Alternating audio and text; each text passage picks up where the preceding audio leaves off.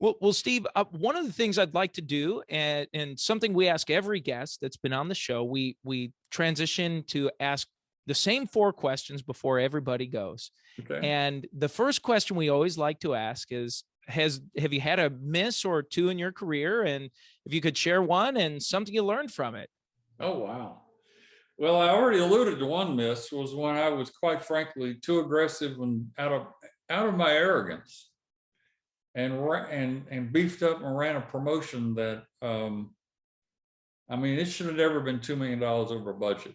It was my fault. The bigger lesson learned, however, turned out to be a blessing, which I've already shared.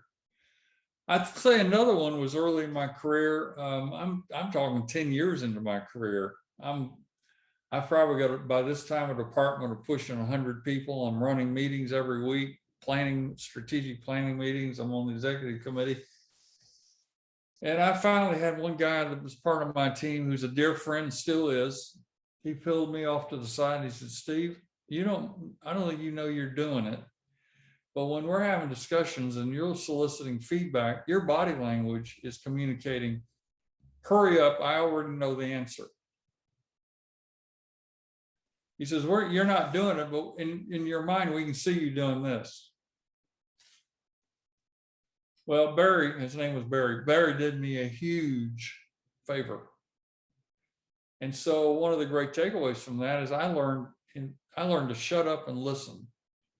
And a funny thing happened, Tom, as I became a more patient and better listener and learned to be the last guy to speak rather than the first, I suddenly got smarter. So, I was a terrible listener, and I felt compelled that I had to have all the answers, which led third to I was impatient when it came to selecting talent, and I learned through the Chick-fil-A culture and even that experience, slow down and attract people that can do better than what you want done than if you did it yourself. And I started to build a team who were so good at what they did that I was able to focus on the things that only I could do, that only I should do, and empower them and release them. And the irony was the Truett had already been role modeling that for me for years, and I was just a little slow on the uptake. I would say those were three pretty big ones.